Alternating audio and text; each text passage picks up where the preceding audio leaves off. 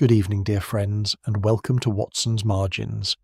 Edward here, glad to have you close on a night such as this. Tell me, is there a document nearby, a letter perhaps, or an old paper folded into a drawer? We rarely consider what a list of possessions truly conceals.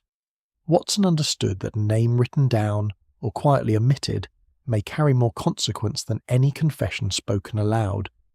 Do subscribe, so no detail escapes your notice.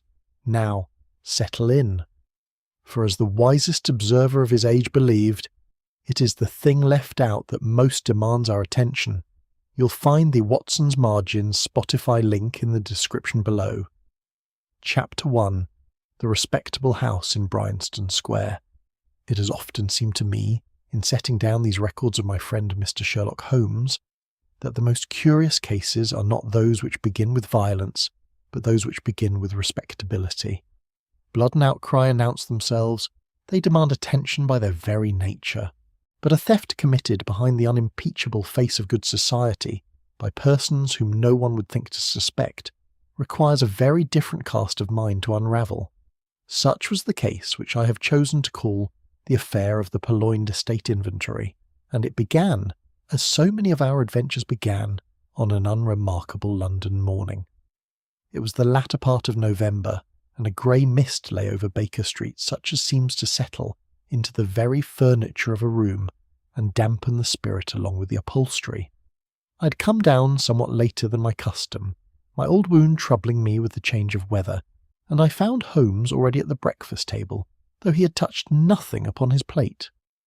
He sat with his dressing gown drawn about him, turning over in his long fingers a visiting card, and regarding it with the peculiar intensity he reserved for matters that interested him more than they appeared to warrant. "Good morning, Watson," said he, without looking up. "You will observe that even a card may tell us something of the man who sends it up, though I confess this one is more interesting for what it omits than for what it states." I took the bit of pasteboard from him. It read simply, "Mr. Percival Harbury, solicitor of Harbury, Maddox and Finch, Lincoln's Inn." "It tells me only that a lawyer wishes to see you," I said, "which is hardly remarkable in itself." "And yet," said Holmes, rising and moving to the window, "consider the hour. A solicitor of an established firm does not call upon a consulting detective before 9 in the morning, unless something has occurred in the night, or unless he has not slept for thinking of it." I observed him from the window as his cab arrived. He paid the driver without counting his change, which a careful man of business does not do unless his mind is elsewhere entirely. And he has rung the bell twice, the second time before Mrs.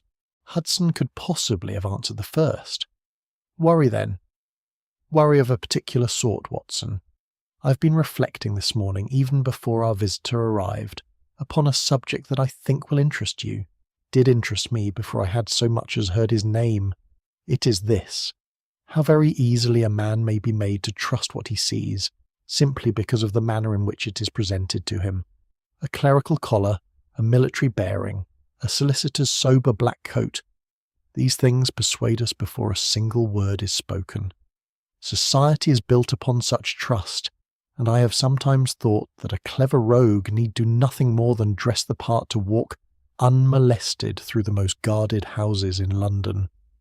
I had no opportunity to answer him, for at that moment we heard the solicitor's tread upon the stair, and a moment later Mrs.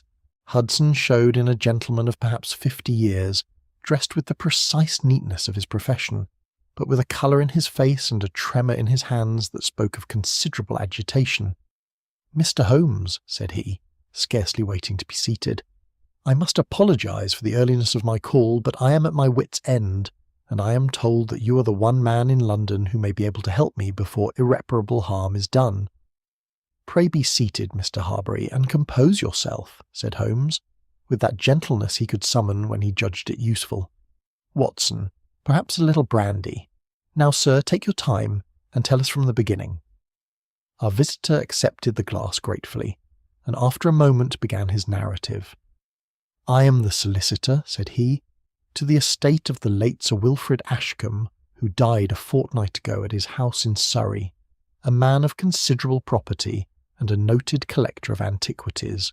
His affairs, I may say without vanity, have always been conducted with the most scrupulous care. Before his death, indeed some months before, in anticipation of just such an event, a full inventory was drawn up of the contents of Ashcombe House, the deeds, the securities, the heirlooms, the collected treasures of a long and acquisitive life. This document, Mr. Holmes, is of the first importance, for upon it depends the settlement of the estate, and I need hardly say that where there is property, there is very often dispute. Naturally, said Holmes. And this document has gone missing, Harbury started. How could you know that? You would not have come to me in such distress over a document safely in your keeping. Pray continue. The original inventory, said the solicitor, was kept under lock in the strong room of Ashcombe House, a room to which only 4 persons held keys: myself, the late Sir Wilfrid, his man of business, and his nephew, Mr. Edmund Ashcombe. 3 days ago, upon going to retrieve it for the reading of the will, I found in its place a copy, a very accurate copy, Mr. Holmes, accurate in every particular but for certain small and devilish omissions. A small ivory dispatch box and a packet of old foreign bonds have vanished entirely from the record as though they had never existed, and the strong room itself shows no sign whatever of forced entry. The lock is untouched. Holmes leaned forward, his eyes bright with that peculiar fire I had come to know so well. Then we are not dealing with a common thief, Mr. Harbury, but with someone intimate enough with the household to come and go unsuspected, which is to say, with someone whom everyone trusts precisely because no one has thought to doubt him. Tell me of the household. There is the family, said Harbury, and there are those whom Sir Wilfrid treated almost as family: a physician, a clergyman, a retired military neighbour, a companion to the household, an estate agent, and the nephew I have mentioned, who stands to inherit the bulk of the property. I assure you, Mr. Holmes, every one of them is a person of the highest character. That, said Holmes, with a faint smile that I had learned to regard with some apprehension, is precisely what troubles me most. Watson, I think we shall want our coats. Mr. Harbury, can you have us at Ashcombe House by early afternoon? I can, and gladly, if you will undertake the case.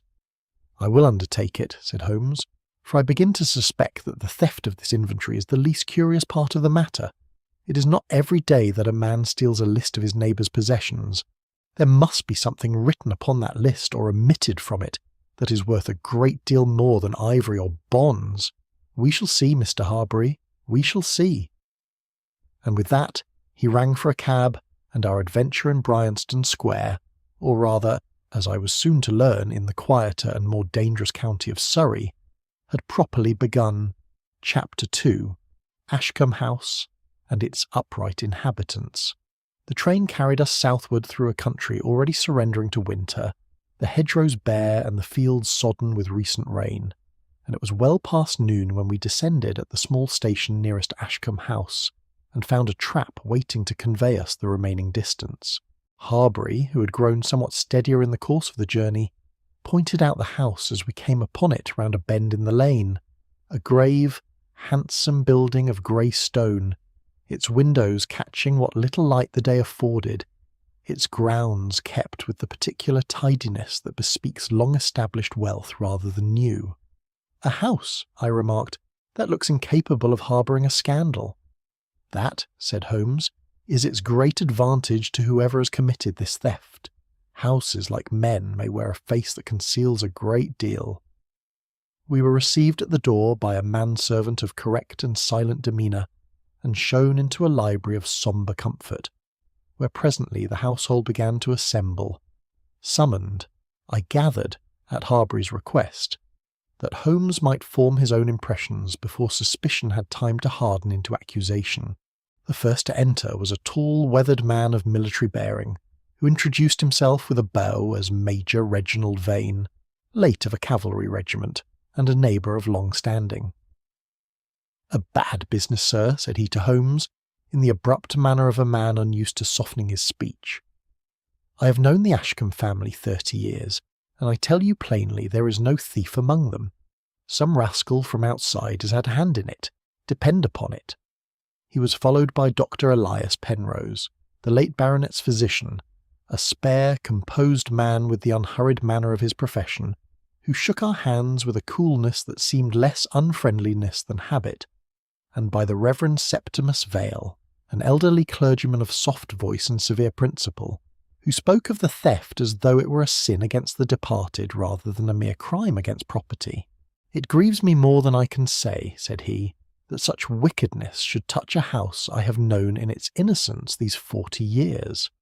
Last among the principal figures came Miss Clara Mead, who had served as companion and secretary to Sir Wilfrid in his declining years, a young woman of grave composure and watchful eyes, who answered Holmes's few preliminary questions with a precision that struck me, though I could not at the time have said why, as somehow rehearsed, and Edmund Ashcombe, the nephew, a dark, restless young man of perhaps 28, whose impatience with the proceedings was evident in every line of his bearing.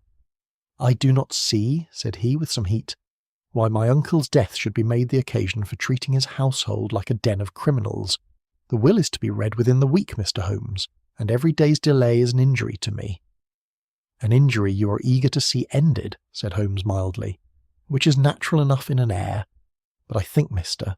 Ashcombe, you will find delay a smaller injury than a settlement made upon a falsified record." The young man coloured, but said nothing further. There remained only Mr. Lionel Cray, the estate agent, who arrived somewhat later, having been about the property on business, and who greeted us with an easy, practical cheerfulness that contrasted pleasantly with the gravity of the rest. He was a man of middle years, sturdily built with the weathered hands of one accustomed to outdoor work, and he spoke of rents and tenancies and the state of the home farm with the comfortable assurance of a man long trusted with such things. "You'll find no mystery in the rent rolls, Mr. Holmes," said he with a short laugh. "I keep those plain enough.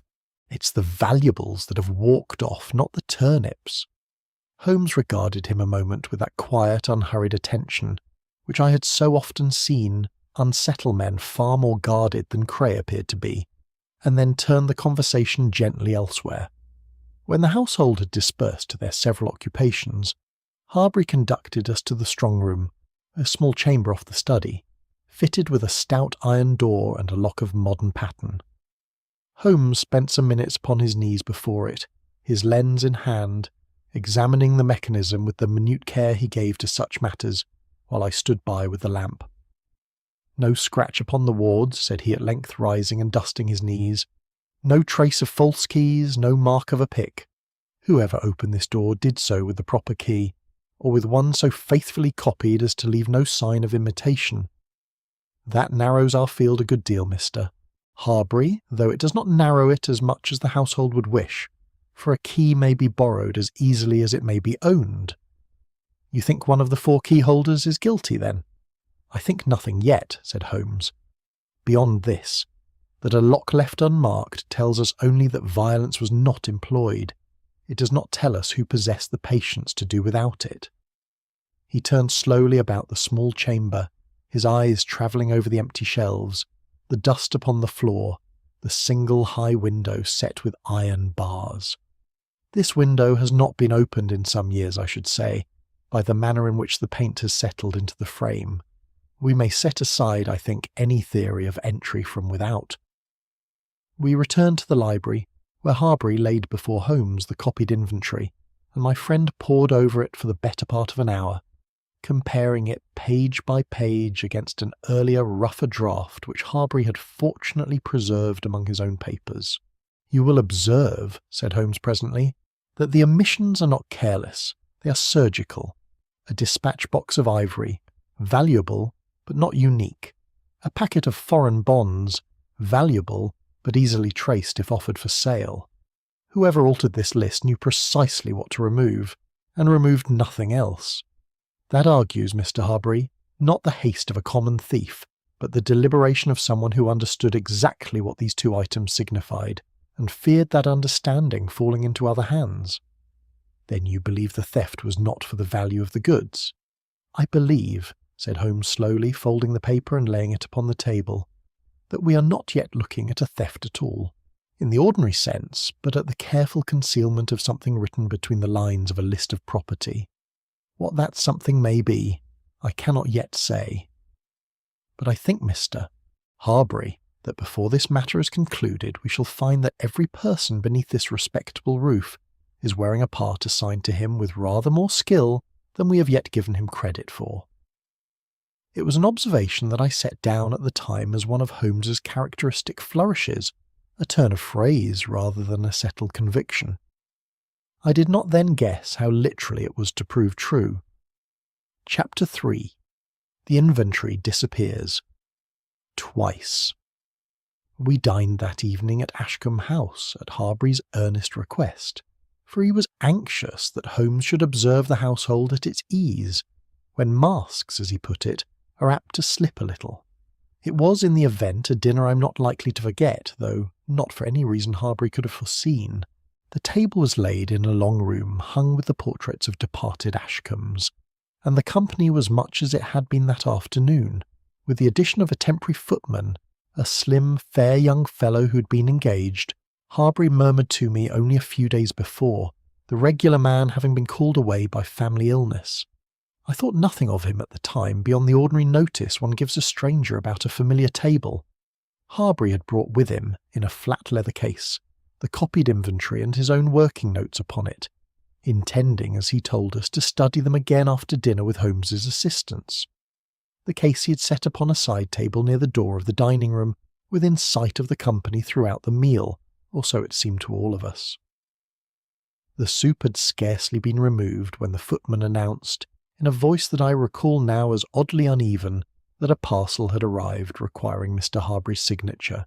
Harbury rose with some impatience and went out into the hall, the footman preceding him. He was gone perhaps 4 minutes. When he returned, somewhat puzzled, for no such parcel could in fact be found, his first act was to glance toward the side table, and his face went the colour of the tablecloth.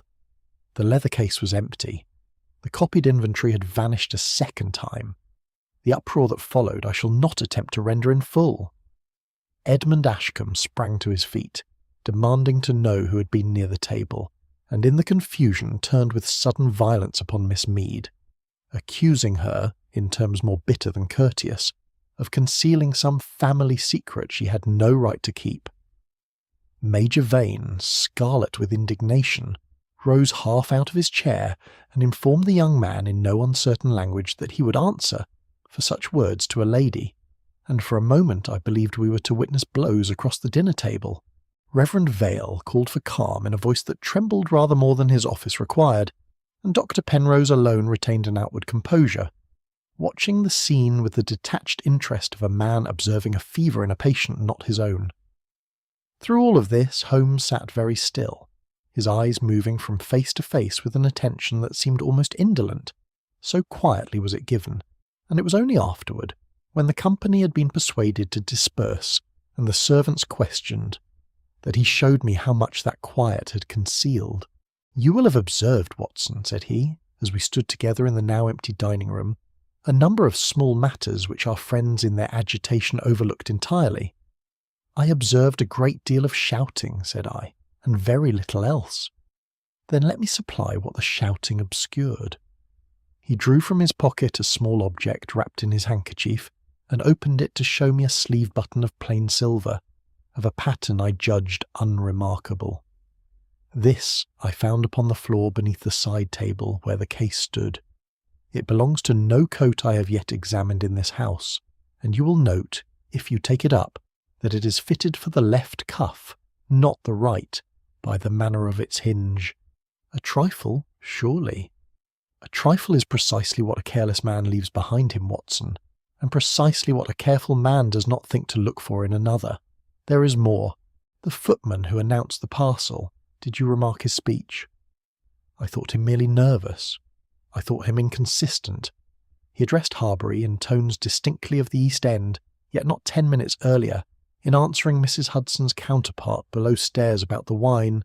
The housekeeper tells me his voice carried the broader vowels of the western counties. A man's accent does not commonly travel from Bow to Somerset between one sentence and the next, unless he's attempting an accent rather than possessing one. I confess I had noticed nothing of the kind and said so. "There is yet a third matter," Holmes went on, drawing a folded paper from his pocket.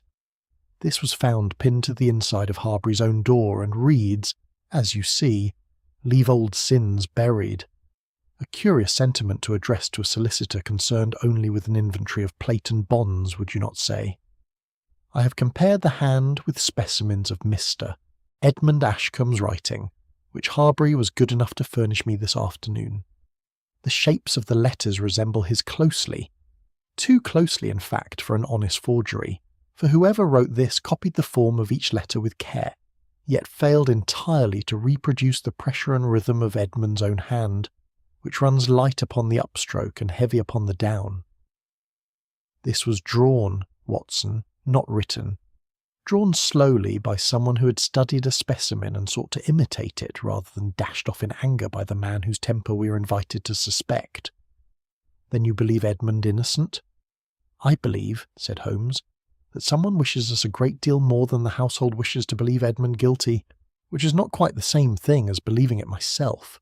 I observed also Miss Mead's account of where she stood during the disturbance. A very exact account, Watson. Exact to the minute and the inch, delivered without a single hesitation, as a frightened woman recounting a sudden shock does not commonly deliver it. Either she possesses a memory more perfect than any I have encountered, or she had prepared her answer before the question was asked of her. You suspect her, then? I suspect, at this hour, every soul beneath this roof, and trust none of them the more or the less for the loudness of their protestations. The police, I have no doubt, will fix upon Edmund Ashcombe by morning, for his temper supplies them a motive, and his absence from the room during the theft supplies them an opportunity. It is a comfortable theory, Watson, and comfortable theories are very often wrong. He held the sleeve button up to the lamp, turning it slowly between his fingers. Impulse makes a great deal of noise. It is design, I think, that has been at work in this house tonight, and design has borrowed the voice of impulse to cover its retreat.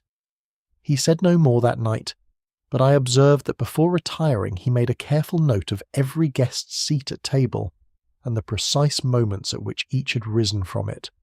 Chapter 4. Accents, Gloves, and a Habit of the Left Hand. The morning brought no fresh calm to Ashcombe House, but rather a settled gloom, as though the previous evening's disorder had soaked into the very walls. Holmes was abroad early, before I had so much as finished dressing, and I found him on my descent already deep in conversation with the housekeeper, a stout, careful woman named Mrs. Bream, whom he was questioning upon the subject of the temporary footman with a patience I had seldom seen him expend upon a servant. You engaged him yourself, Mrs. Bream? No, sir, that was Mr. Cray's doing. He brought a letter of recommendation from an agency in town. Very proper it looked, and as our own James was taken ill so sudden, there was no time to make further inquiry. And his manner among the staff, did it strike you as natural? The housekeeper hesitated. Now you mention it, sir, he was an odd sort of fellow, quick to learn but clumsy with the plates, holding them low on his arm like a man unused to the work, and once I heard him tell the under-housemaid she had a remarkably fine countenance, which is not a phrase I ever heard from a footman's mouth in 30 years of service. Holmes thanked her, and turned to me with a glint in his eye that I had learned to associate with progress. You see, Watson, how the picture grows. A man who handles a tray as though he had never carried one before, yet who turns a gentleman's compliment with perfect ease.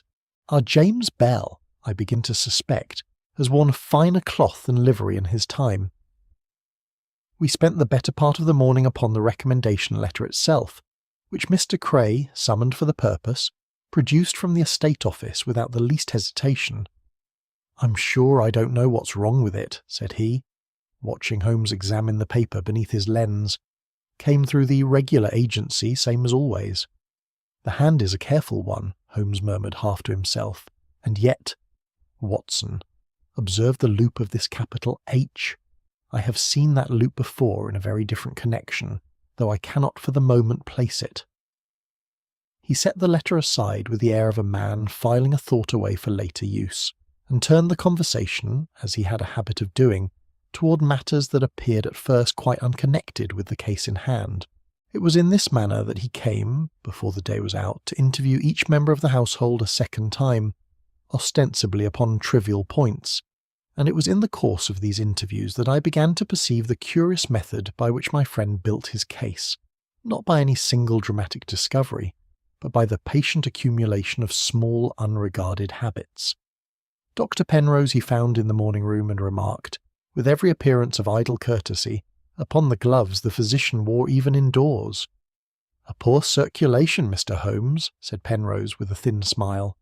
"An occupational complaint among those who spend their days with cold instruments and colder patients." "Indeed," said Holmes, "though I observe you removed them readily enough last evening to carve the joint." The doctor's smile did not waver, but I thought a certain stillness came over him that had not been there before. "A momentary forgetfulness," said he. "I'm sure you have known the sensation, Mr. Holmes, of being too engaged in conversation to mind one's own comfort." Holmes bowed and let the matter drop, but I observed him make a small note in the book he carried. With Major Vane he was more direct, remarking that the gentleman seemed troubled by his right sleeve, which he had adjusted no fewer than 3 times in the course of a short conversation. "A tailor's fault, sir," growled the Major. "The cuff sits a half-inch too high. I have written to the fellow twice about it, and had no satisfaction."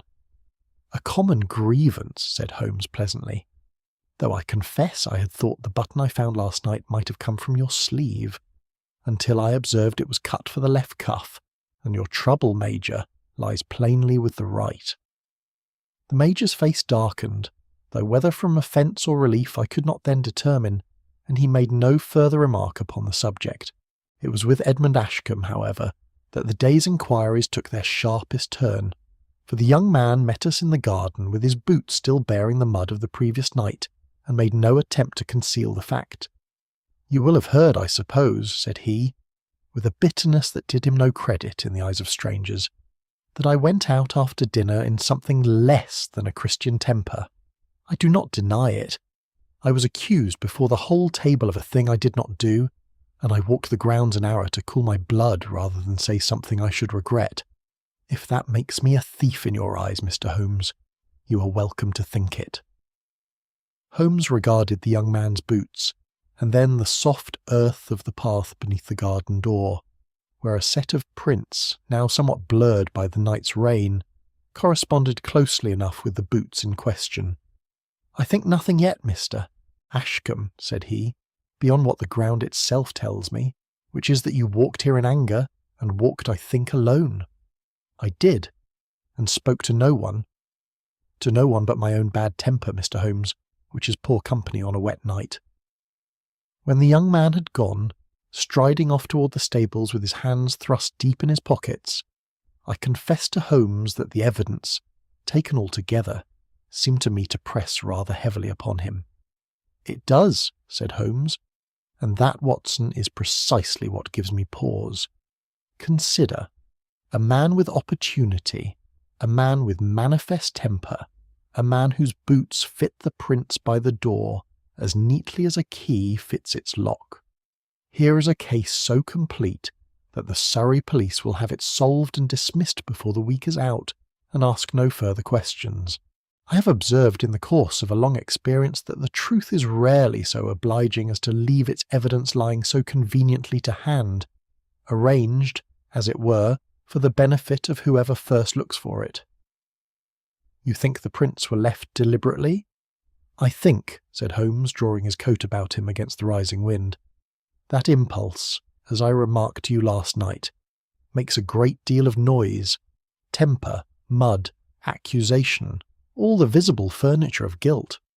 But design, Watson, design works quietly, and borrows the noise of impulse to cover its own retreat, exactly as a conjurer borrows the gasp of his audience to conceal the movement of his hand.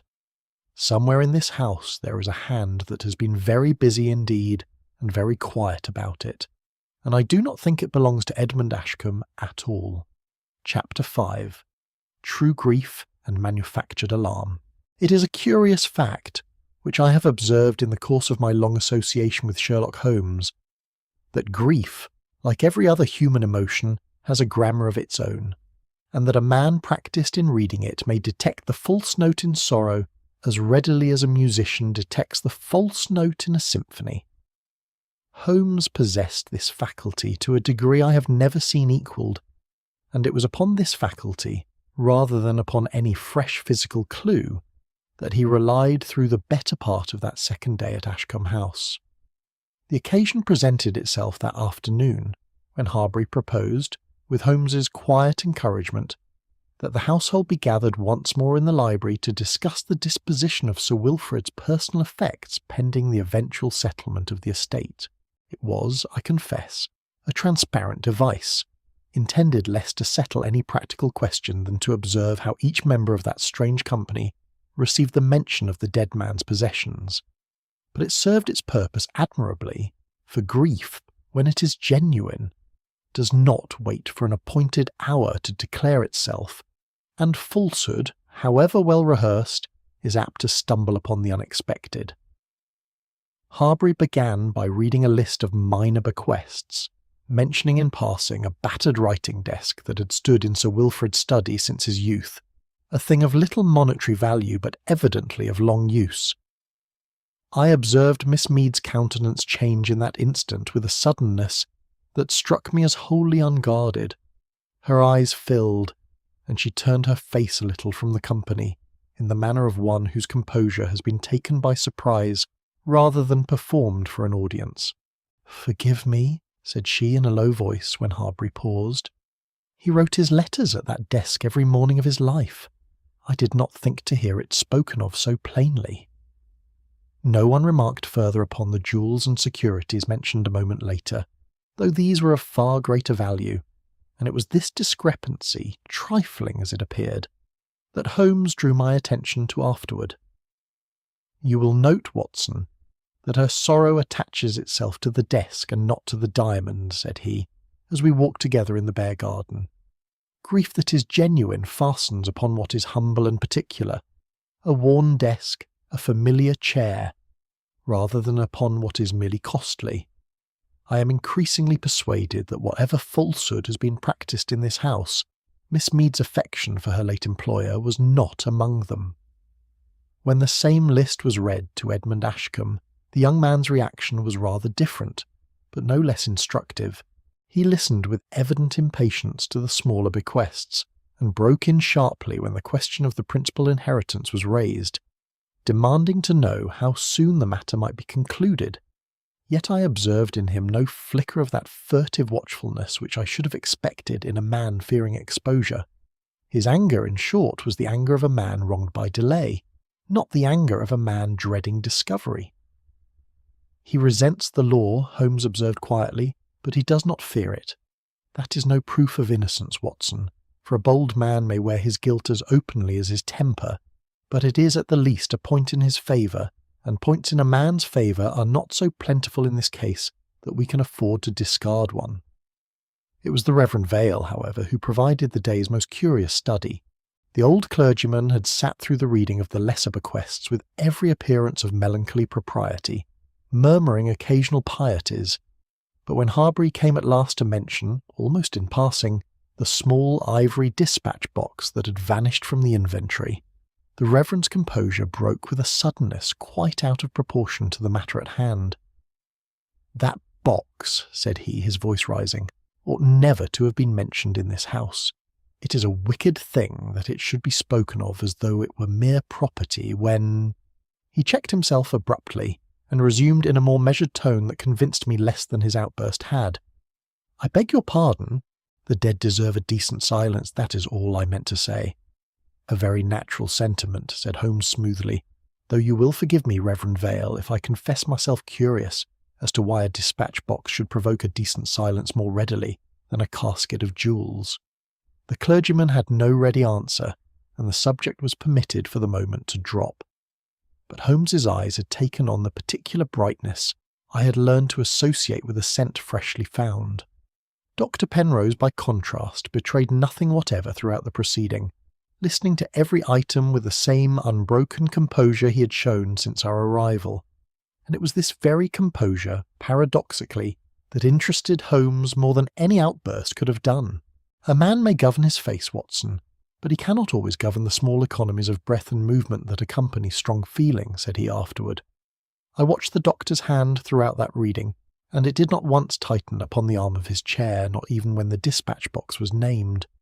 That is not the stillness of innocence, which is commonly a little restless under observation. It is the stillness of a man who has rehearsed his own composure as carefully as an actor rehearses a difficult scene. But it was Mr. Cray who furnished in the end the detail that seemed to interest Holmes beyond all the rest. Questioned in the most casual manner as to the value of certain outlying properties he had managed by his own account, for upward of 7 years, the estate agent hesitated, named a figure, corrected it, and then laughed off his confusion with a remark about a poor head for figures that did not sit well, I thought, with a man whose whole profession was the management of figures. A trifling lapse, I suggested to Holmes, in a man much occupied with other cares this week. Perhaps, said Holmes, though without conviction. And yet I find Edmund's temper, which troubles the police so greatly, troubles me not at all beside Mr. Cray's poor head for figures. A man's temper may flare and pass and leave no mark upon the world, but a man who cannot say within several £100 the value of land he has managed for 7 years has either a very poor head indeed, or no true history with that land at all. That evening Holmes received word through a discreet inquiry made by telegram to the agency, named in the footman's letter of recommendation, that no such agency had ever employed, or so much as heard of, a man called James Bell. There, Watson, said he, folding the telegram and consigning it to the fire, is the first plain fact in a case that has offered us a great many shadows and very little substance. Someone in this house required, 3 days before our arrival, a stranger's hand free to move unwatched through rooms where servants are not commonly observed, and that stranger was furnished with a character that does not exist, by someone clever enough to forge the letter, and careless enough, or arrogant enough, to suppose that no one would trouble to write and ask. Chapter 6.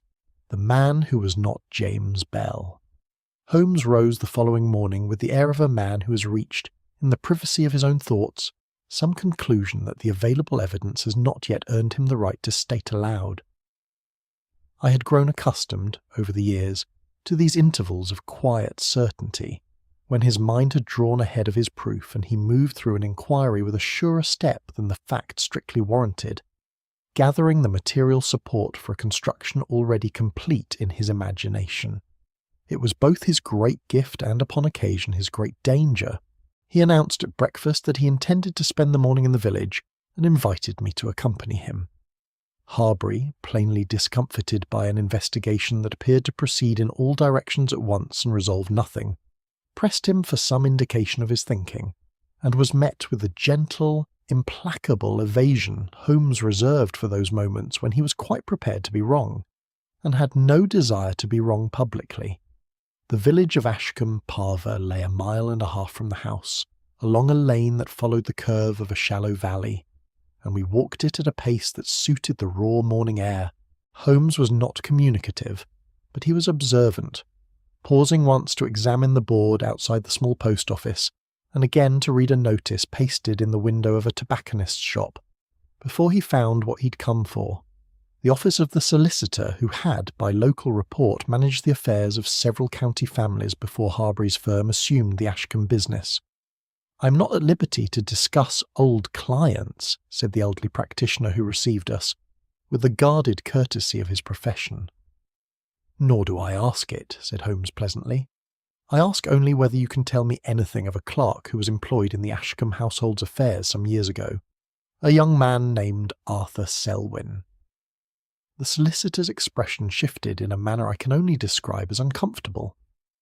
"That is not a name I've heard in some years," said he carefully, "nor one I am particularly glad to hear now." "Then you know it." "I know what was said of the man. Whether what was said was true is another question, and one I was never entirely satisfied to leave unanswered." He paused, and seemed to reach some private decision. Selwyn was a clerk employed in connection with the Ashcombe estate business, a capable young man by all accounts, and trusted. Sir Wilfrid accused him of abstracting an estate paper, a private deed of some sort. Selwyn denied it absolutely and was not believed. The matter was settled quietly. No prosecution, but the disgrace finished him. He disappeared, and his family, a mother and younger sister, I believe, were left in considerable distress. And the paper in question was never recovered, which might be thought to support Sir Wilfrid's accusation. Equally, it might be thought to support other conclusions. I never pressed the point. One does not press the point against a baronet. Holmes thanked him, and we walked back to the house, in a silence I did not attempt to break, for there was something in his bearing that told me the pieces of the puzzle were rearranging themselves behind his eyes. The most significant development of that third day, however, came not from Holmes's village excursion, but from an interview he sought with Miss Mead in the late afternoon, and to which she agreed with a readiness that suggested she had been waiting to be asked. They spoke in the small sitting room that had been Sir Wilfrid's private refuge, and I sat to one side with my notebook, attending. Miss Mead's composure was that of a woman who has carried a weight for a long time, and has decided at last to set it down. "I should have spoken sooner," said she, "but I did not know whom to trust, and I was not certain that speaking would help rather than harm. Sir Wilfrid was not a wicked man, Mr. Holmes. He was a frightened one, which is sometimes worse." She folded her hands in her lap and went on steadily. "Some years before his death he confided to me, in a moment of illness, when men say things their better judgment would ordinarily forbid, that he had done a young man a very serious injury. He had accused a clerk named Arthur Selwyn of stealing a paper from the estate records, knowing the accusation to be false. The paper had not been stolen. Sir Wilfrid had removed it himself, along with certain bonds, in order to conceal a private financial arrangement that did not bear scrutiny. Selwyn was simply in the way of the concealment, and a false accusation was the quickest means of removing him." "And Sir Wilfrid made no attempt in later years to remedy the wrong?" said Holmes. "He spoke of it," said she, "with a sorrow that was entirely unperformed. Whether he would have acted upon it I cannot say. His health declined rapidly in the last year, and what he meant to do was left undone, as so many things are." Holmes sat a moment in silence. "You have been protecting him," he said at length, not unkindly. "I have been protecting his household," she replied. "There is a difference, Mr. Holmes, though perhaps a small one." When she'd gone, Holmes remained in his chair, his fingers pressed together at the tips in the attitude of intense reflection that I knew better than to disturb. It was several minutes before he spoke. "It fits, Watson. Every piece of it fits. Selwyn is accused falsely. Selwyn disappears. The bonds and the deed vanish from the inventory to conceal the nature of a private financial betrayal. Years pass. A man calling himself Lionel Cray presents himself as a capable, cheerful, utterly unremarkable estate agent, and is trusted with the very property records that might expose the truth of the old wrong. You think Cray is Selwyn? I think it is a possibility I intend to examine with some care." He rose abruptly. "I want to look again at the recommendation letter for James Bell, and I want to see whatever handwriting samples remain in this house from the period of the original clerk's employment." We found Dr. Penrose in the corridor outside the study, plainly on his way from it, and he paused to mention, with an air of recollecting something of minor consequence, that Sir Wilfrid had spoken to him, in the last weeks of his life, of a phrase that had lodged in Penrose's memory without ever resolving itself into sense. "He said something of the name in the inventory," said the doctor. He repeated it more than once in the distressed manner of a man whose thoughts circle a fixed point. "I set it down to illness. Whether it signifies more than that, I cannot say." "It signifies a great deal more than that," said Holmes quietly. He did not elaborate, and Penrose, after a moment's pause, went on his way. Holmes obtained the old clerk's handwriting from a ledger Harbury produced from the estate office archives, a narrow, careful hand, precise and somewhat formal. He laid it beside the recommendation letter for James Bell, and studied both for a long time without speaking. When he finally raised his eyes, there was in them the particular settled light of a man who has ceased to theorize and begun to know. "The same hand, Watson," said he, "though years apart and considerably disguised. The same slight thickening of the downstroke on the letter G, the same reluctance to close the loop of the lowercase d. A man may change his name, his accent, his coat, his profession. He cannot altogether change the movement of a pen he has held since childhood. He set the pages side by side upon the table. James Bell was never in this house at all. It was Arthur Selwyn who carried those plates and announced that dinner was served, wearing a borrowed face and a borrowed voice, in the very house that had destroyed him. Chapter 7. The Stage Discovery in the Orchard Room. The fourth morning at Ashcombe House opened with a discovery so dramatic in its apparent implications that for a brief and uncomfortable hour I found myself doubting every conclusion Holmes had so carefully assembled. It was a salutary reminder, if one were needed, that a clever adversary does not lay his false trail at the start of a chase, when suspicion is still unsettled, but at precisely the moment when one is confident enough to be deceived. The discovery was made by Edmund Ashcombe's own manservant, a respectable fellow of long employment called Hobbs, who came to Harbury in evident agitation shortly after 9 o'clock.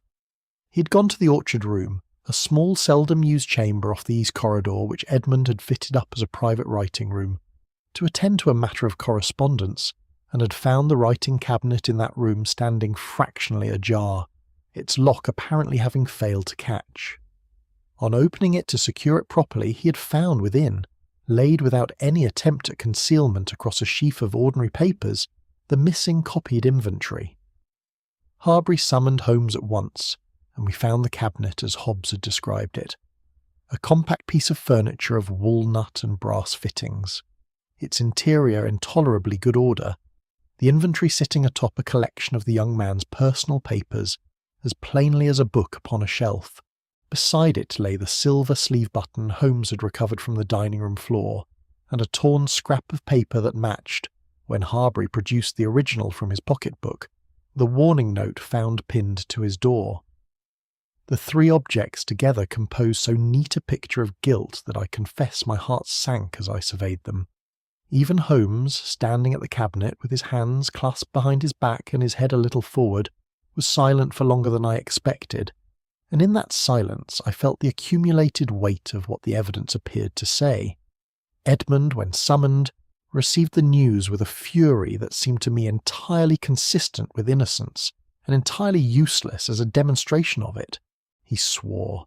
He struck the wall with the flat of his hand. He demanded that Harbury send at once to London for the police, and then, perceiving that the police were precisely what the evidence invited, fell into a tight-lipped silence that was in some ways worse than the outburst. "I have never opened that cabinet in a fortnight," said he at last, in a voice stripped of everything but the bare claim. "I keep nothing of importance in it. It is used for nothing but old correspondence." "When did you last open it?" said Holmes. Edmund thought. 10 days ago, perhaps 11, before my uncle died. I was looking for an old letter. And the lock. Did it then catch properly? It always catches. The lock is new. I had it replaced this past summer."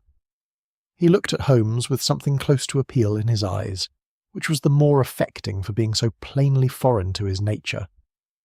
"Someone has put those things there, Mr. Holmes?" "Yes," said Holmes simply. "Someone has." The words were spoken with so little drama that it was a moment before their full import reached me, and by then Holmes had dropped to one knee before the open cabinet and was examining its lower shelf with his lens, moving along it with the slow, unhurried attention of a man reading a line of print. Harbury behind me cleared his throat. "You believe him, Mr. Holmes?" "I am concerned at present not with belief, but with what the shelf has to tell me," said Holmes without looking up. "Watson, bring the lamp a little closer, will you?" I did so, and in the stronger light I could see what Holmes had already found.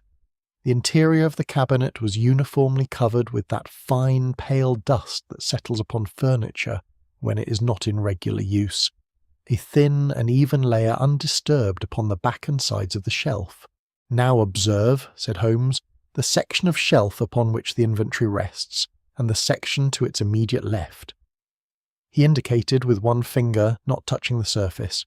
"Here, where the document lies, the dust is absent, cleared by the placing of the thing itself, but here to its left a space of roughly the same dimensions has also been cleared, though nothing now rests there. Something else was laid upon this shelf and subsequently removed. Another document, I ventured. Or the same document, placed first in one position, then shifted slightly to accommodate the sleeve button and the scrap beside it. A man arranging objects to be found is not always a man who arranges them precisely on the first attempt.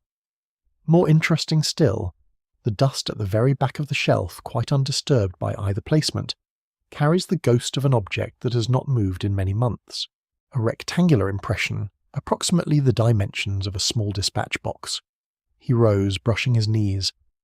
The cabinet was last opened not this morning by Hobbs, and not 10 days ago by Edmund, but at some point within the last 48 hours by someone who placed these objects with some care, but not, as it happens, sufficient care. He turned to Hobbs, who had remained in the doorway throughout. "When you found the cabinet ajar this morning, was the key in the lock?" "No, sir. The key was on its hook beside the door, same as always." "And who in the household would know where that key hangs?" "Why, sir," said Hobbs, with the expression of a man stating the obvious, "anyone who has ever been in the orchard room, I should think." Holmes nodded once as though a small arithmetic had resolved itself. He moved then to the window of the orchard room and examined the sill, the glass and the outside ledge in turn, making no comment, before crossing to the fireplace and studying the grate, which held the remains of a modest fire laid the previous evening but apparently never lit. "The ash has not been disturbed," he remarked, more to himself than to us. When Harbury pressed him, as he could not help doing, for his conclusions, Holmes answered with the particular courtesy he reserved for those moments when he had conclusions to spare but preferred to keep them. "I will tell you what I know with certainty," said he. "The objects in this cabinet were placed there within the last 2 days, by someone who knew where the key was kept, who had studied Edmund's handwriting closely enough to forge a reasonable imitation of it, and who understood that a discovery made by a servant in the ordinary course of his duties would carry more weight than a discovery made by a detective looking for one. The evidence against Edmund Ashcombe is, in its way, admirable. It is almost too complete, and therein lies its flaw, for the entirely guilty man is rarely also the entirely convenient one. Major Vane, whom Harbury had thought it his duty to inform, withdrew his previous defence of Edmund with a stiffness that spoke of deep discomfort, and the household settled into the grim, watchful silence of people waiting for an accusation to become official. Only Holmes appeared untroubled, eating his lunch with appetite and spending the afternoon in the estate office with the rent ledgers, from which he emerged 2 hours later saying nothing to anyone, and going directly to send, by Harbury's hand, 2 telegrams to London, the contents of which he declined to share with me until the replies should arrive. That evening, seated by the fire in the room set aside for us, he stretched his long legs before him and stared at the ceiling with the expression of a man reviewing a completed argument. "The dust, Watson," said he presently. "Always attend to the dust. It is the most democratic of witnesses, for it treats the guilty and the innocent with perfect impartiality, and it never lies." Chapter 8. The false culprit gains credit. The telegrams Holmes had dispatched brought their replies on the morning of the 5th day, and with them came a visitor from London who did more in 10 minutes to damage Edmund Ashcombe's position than all the physical evidence combined.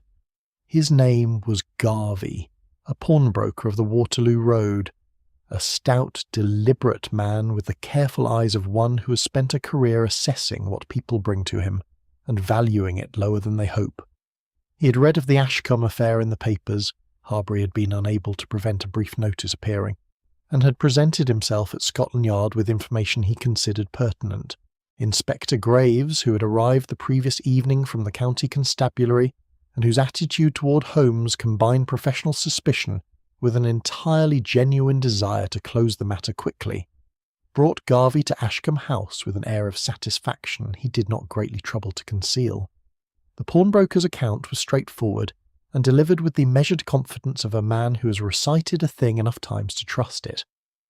4 days ago, he said, a young man had entered his shop in the late afternoon, well-dressed, dark-haired, and visibly agitated. carrying a small ivory dispatch box of old manufacture, which he wished to sell outright rather than pledge.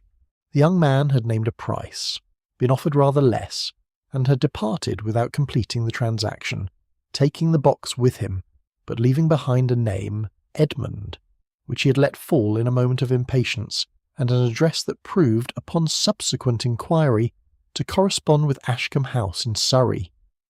Inspector Graves set down his notebook with the manner of a geometer completing a proof. "The description fits Mr. Edmund Ashcombe in every particular," said he. "Dark, young, well-dressed, agitated. It is a complete account." "It is a plausible account," said Holmes from his chair by the window, "which is not quite the same thing. Mr. Garvey, you say the young man was agitated. Can you describe his agitation more precisely?" The pawnbroker considered.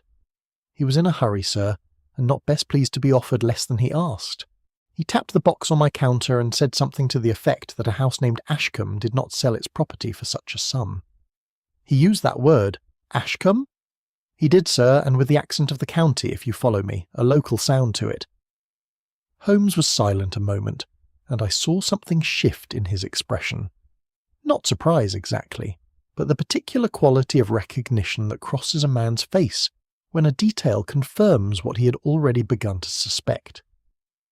"Thank you, Mr. Garvey," said he pleasantly. "That is most illuminating."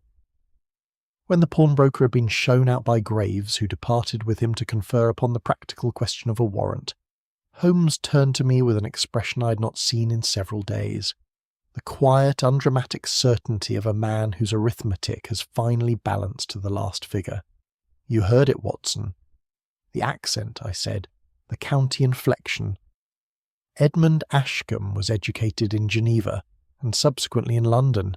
I have spoken with him on 4 separate occasions, and he has not once used a local pronunciation. His vowels are, if anything, rather more polished than is fashionable, which I understand has been a source of some mild mockery among the county families. He could not produce a native county inflection if he attempted it, and he would certainly not produce it accidentally in a moment of agitation." The man who visited Garvey's shop knew this name and this house, but he learned them from a paper or a deed, not from the manner of speech one acquires in childhood. He was on his feet before I had fully absorbed this, moving with the purposeful swiftness that preceded his moments of final assembly. "Come, Watson, I want the estate office, and I want the rent ledgers for the past 7 years." We found the office unoccupied, Cray being about the grounds. Holmes went directly to the shelves and removed the ledger volumes without ceremony, carrying them to the desk and opening them at intervals across the span of years they covered. I drew up a chair beside him, and for some time the room was silent save for the turning of pages. It was perhaps 20 minutes before Holmes set his finger upon a page and held it there. "Here," said he quietly, "the same name, Watson, Lionel Cray, in entries made 7 years apart, and yet the hand is not the same." I looked where he indicated. The signature on a receipt from 7 years past was a rounded, somewhat backward-sloping hand. That on a receipt from the current quarter was upright and more compressed. They shared the same name and nothing else. "A man's hand changes over years," I offered. "In small particulars, yes. In overall character, rather less than this. A hand that slopes to the left in youth does not commonly grow upright with age. The habit is too deeply settled." He turned several more pages. "And here, a third variety, on an entry from 3 years ago, which resembles neither of the other 2. 3 different hands, Watson, over 7 years, all signed as Lionel Cray." He closed the ledger with the deliberate care of a man preserving evidence. "The name of this estate agent is not a man but a construction. Someone has been maintaining it across years and perhaps across persons, a useful, unremarkable professional identity attached to no single face." We heard Cray's step in the corridor a moment before he appeared in the doorway, pausing when he found us at his desk with his ledgers open before us. His expression shifted in a way that lasted no longer than a heartbeat, but Holmes, who had turned to face the door at the first sound of footfall, did not miss it. "Mr. Cray," said he, with the easy composure of a man discussing the weather, I wonder if you can assist me with a small question of handwriting." "Happy to oblige," said Cray, advancing into the room with a recovery of his characteristic cheerfulness that I could not help but admire for its technical accomplishment, if for nothing else. "I'm no expert, mind you." "Nor am I asking for expertise," said Holmes. "I'm asking only that you initial here, beside this entry, for purposes of verification." He indicated a blank margin in the current ledger and held out his pen. Cray took it without hesitation and bent over the ledger. He wrote his initials with his left hand. It was a small thing. I might not have attended to it at all had Holmes not, at precisely that moment, lifted his eyes from the page and looked at me across the desk, with an expression that told me the last piece had fallen into place. When Cray had gone, Holmes opened his notebook to a page covered in his small, precise script, and read aloud from it without comment, a description taken from the village solicitor's account of Arthur Selwyn as he had been known in the Ashcombe district years ago, a capable young man, left-handed, the solicitor had noted, as it was somewhat unusual in a clerk. 7 years, said Holmes, setting the notebook down. 7 years he has stood in the very grounds of the estate that ruined him, with the property records within arm's reach, waiting for the moment when he might safely reach for them. That is not the patience of a common criminal, Watson. That is the patience of a man who has thought of very little else. Chapter 9. Holmes reveals the constructed identity. It has been my experience in setting down these records that the moment of revelation in any case of Holmes's carries with it a particular quality of atmosphere that is difficult to convey and impossible to forget. It is not the melodrama of the sensation novels in which guilt is unmasked with a flourish before a gasping audience. It is something quieter and, in its way, more unsettling. The slow, inevitable collapse of a fiction that has stood long enough to acquire the appearance of truth, dismantled not by violence, but by the patient application of reason to small things. Holmes requested that the household assemble in the library that evening. He sent the invitation through Harbury, who delivered it with the pained expression of a man uncertain whether the next hour will vindicate him or destroy what remained of his professional reputation. Inspector Graves attended as a matter of official form, though his manner suggested he considered the gathering a courtesy extended to an amateur, before the arrest of a young man whose guilt he had already decided upon. The company arranged itself as it had done on that first afternoon. Major Vane by the fireplace, arms folded, his expression making plain that he had come from duty and not from curiosity. Dr. Penrose in the chair nearest the window, composed as ever. Reverend Vale upon the sofa beside Miss Mead, whose hands were folded tightly in her lap. Edmund Ashcombe standing apart near the door, with the look of a man who has been so long accused that he has ceased to expect anything from the proceedings but further injury. Lionel Cray, or the man who had answered to that name for 7 years, took a chair between Penrose and the fireplace, and crossed his ankles with the unhurried ease of a man who has nothing particular to fear. It was a performance of considerable skill, and I watched it with the particular attention one gives to a thing one knows to be false. Holmes stood at the centre of the room, his back to the shelves, and began without preamble. "I will not waste the time of this company on what it already knows," said he, "which is that a document of some legal importance has been stolen and replaced, that a second document was stolen during dinner, and that evidence has been arranged with considerable ingenuity to suggest that Mr. Edmund Ashcombe is responsible for both. I intend instead to describe what has actually taken place in this house, and to explain why it has taken place, for the two questions are inseparable." Graves shifted in his chair but said nothing. "Some years ago," Holmes continued, "a clerk employed in connection with the affairs of this estate made a discovery of a sensitive nature.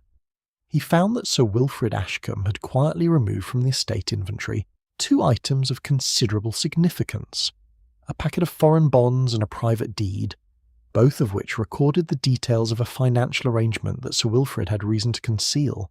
The arrangement does not concern us here in its particulars. What concerns us is that Sir Wilfrid, faced with the prospect of exposure, took the most direct remedy available to him. He accused the clerk of the very theft he had himself committed, and the clerk, who could not produce what had never been in his possession, was disgraced and dismissed. His name was Arthur Selwyn. The name fell into the room without echo. I watched Cray's face. It did not change. Selwyn disappeared from the county and from the knowledge of those who'd known him. He was by every reasonable account finished, a young man of modest means and careful habits, destroyed in a morning by the word of a baronet. What no one in this house knew, or chose to inquire, was what became of him afterward. Holmes paused, and when he continued his voice was if anything quieter than before. What became of him was this: he rebuilt himself. He did it slowly, over years, under a different name, acquiring the credentials and the manner of a practical, cheerful, entirely unremarkable estate agent. The sort of man whom no one looks at twice, and everyone trusts with a set of keys. And then, when he was ready, he returned. Not to the county at large, but to this house specifically. To the property records, the rent ledgers, the strong room, and the inventory he had never forgotten, because that inventory was the only document in existence that could prove both his innocence and Sir Wilfrid's guilt. Edmund Ashcombe, who had been listening with an expression that had moved gradually from suspicion to something close to wonder, said abruptly, "Cray." "Mr. Cray," said Holmes, "is Arthur Selwyn. He has been Arthur Selwyn throughout the 7 years he has stood in this room and ridden across these grounds, and signed his name in 3 different hands in ledgers he understood better than anyone suspected, because they were, in a sense, his own." At last Cray moved. He did not rise, nor did he speak immediately. He unfolded his ankles and set his feet flat upon the floor, and the ease went out of his bearing as a flame goes out in a draught, and what replaced it was something harder and older and entirely different from the cheerful, practical man I'd known for 5 days. "Go on then," said he, in a voice stripped of its county warmth. "You may as well finish." "Thank you," said Holmes, without irony. "The plan, as I understand it, was not simple revenge, nor was it simple theft.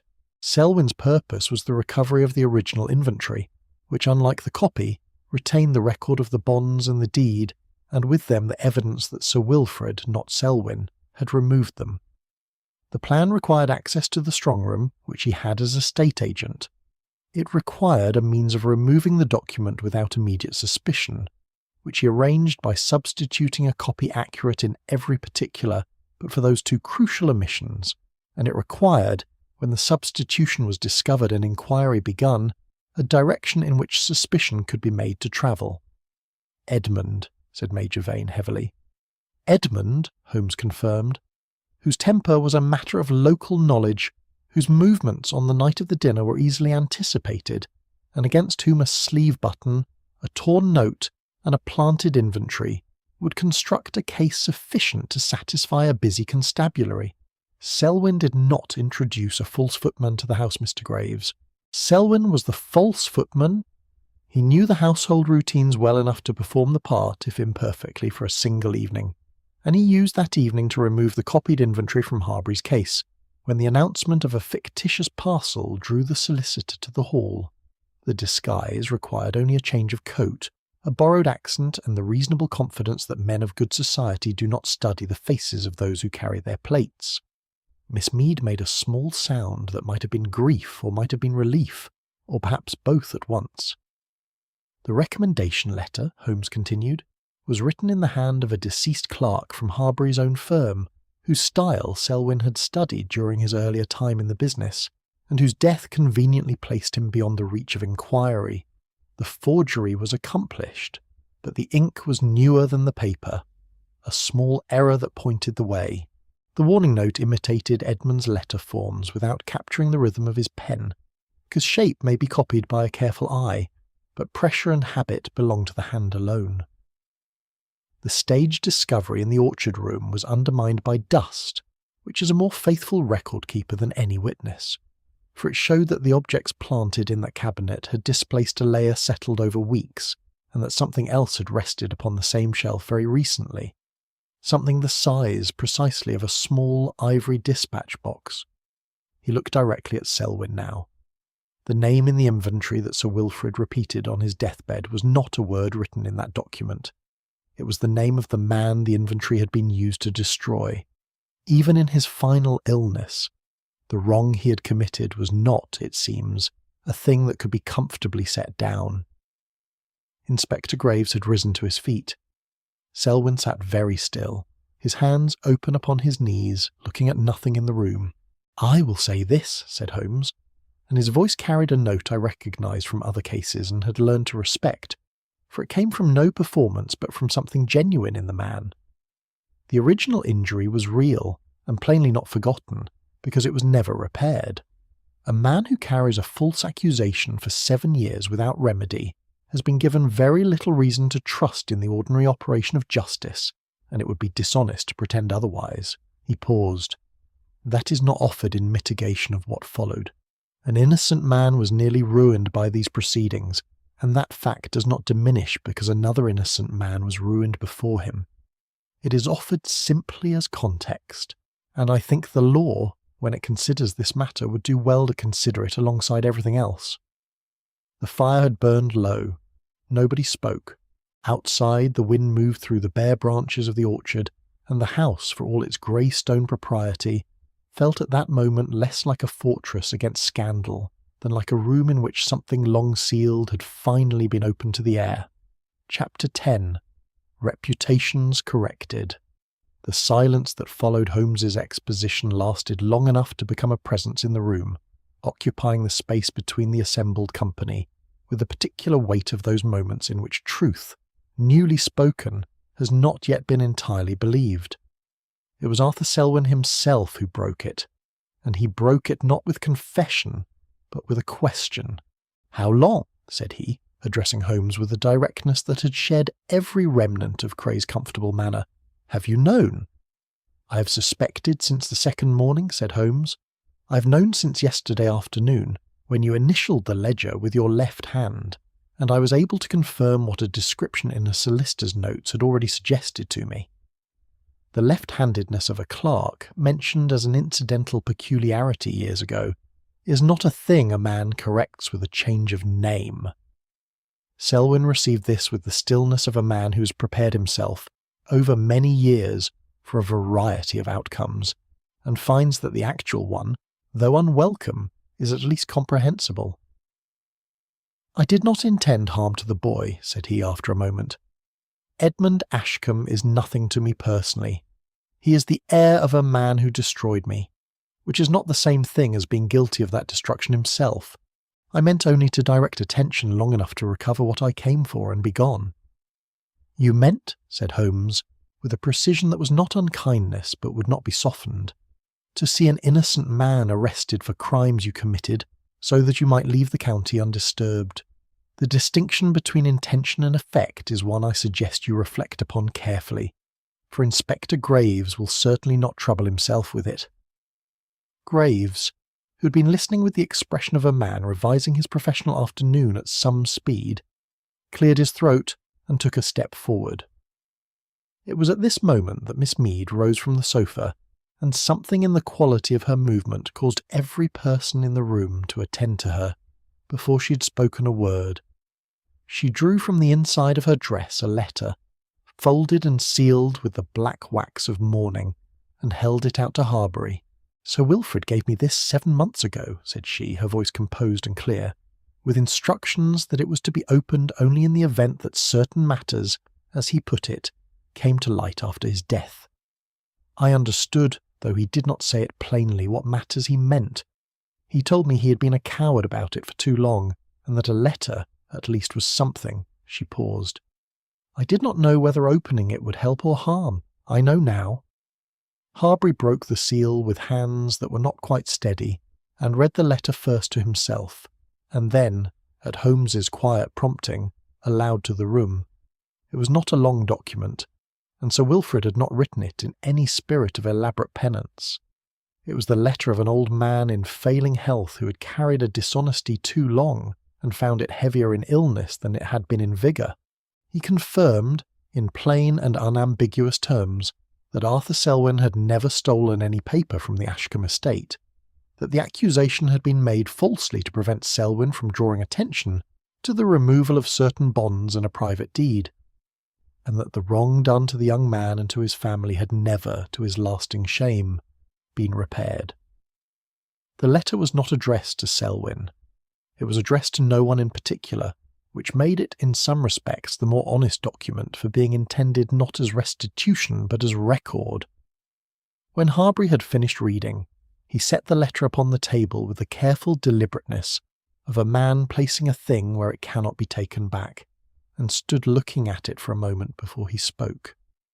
"I have practised law for 30 years, said he, to no one in particular, under the conviction that the documents in my care represented the truth. It appears that what they represented upon occasion was rather the truth that my clients chose to preserve." He straightened and looked at Graves. "The legal position will require careful consideration, Inspector.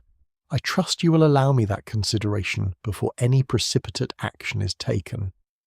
Graves, who was a practical man if not a subtle one, had the good sense to agree. Edmund Ashcombe had remained by the door throughout, and now he crossed the room to where Selwyn sat, still in his chair, and stood before him in silence for a moment that I found difficult to watch and impossible to look away from. "You nearly had me hanged," said Edmund, and the simplicity of it carried more weight than any elaboration could have done. "I know it," said Selwyn. "Then I trust," said the young man, after a pause in which something evidently cost him a considerable private effort, "that whatever the law decides to do with you, you will at least have the decency to ensure that what you came here for is put to proper use."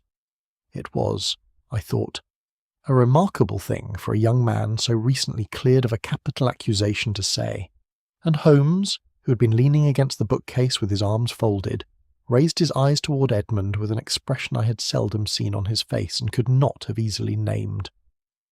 Major Vane shook Edmund's hand without a word and resumed his place by the fire, which seemed to be the Major's manner of expressing both remorse and approval simultaneously.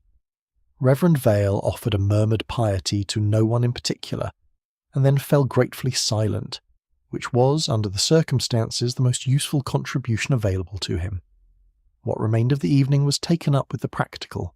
Inspector Graves, having satisfied himself that Selwyn would not remove himself from the county without permission, deferred the formal proceedings to the following morning. Harbury undertook to place the original inventory, which Selwyn produced from the estate office without being asked under proper legal review, together with the bonds and the deed and Sir Wilfrid's letter.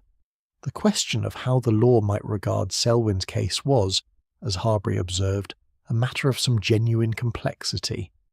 The old wrong was documented, the newer crimes undeniable, and the two could not be weighed upon the same scale without some difficulty.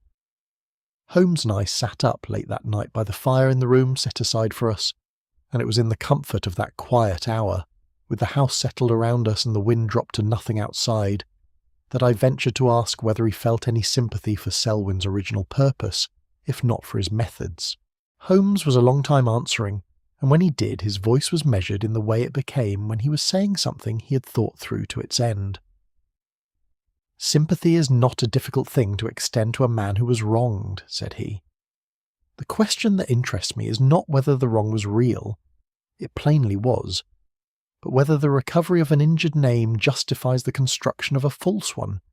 Selwyn spent 7 years becoming Lionel Cray, and in those 7 years Lionel Cray became by every account a trusted and capable man. Tenants relied upon him. The estate was well managed. He had, in short, built a good life out of a lie, and had he stopped at the recovery of the inventory and asked nothing more of his scheme, one might have found it easier to admire. It was when he reached for Edmund Ashcombe's ruin to cover his own retreat that the original grievance lost its power to excuse what followed. He leaned back and regarded the fire. "Society is easily deceived, Watson. It asks for a coat, an accent, a card, a respectable office, and it calls that knowledge of a man. It trusted Lionel Cray because he dressed the part of Lionel Cray with thoroughness and patience, and it would have trusted him, still had I not happened to notice the way he held a pen, and the direction in which his ledger entries did not quite agree with themselves." He paused.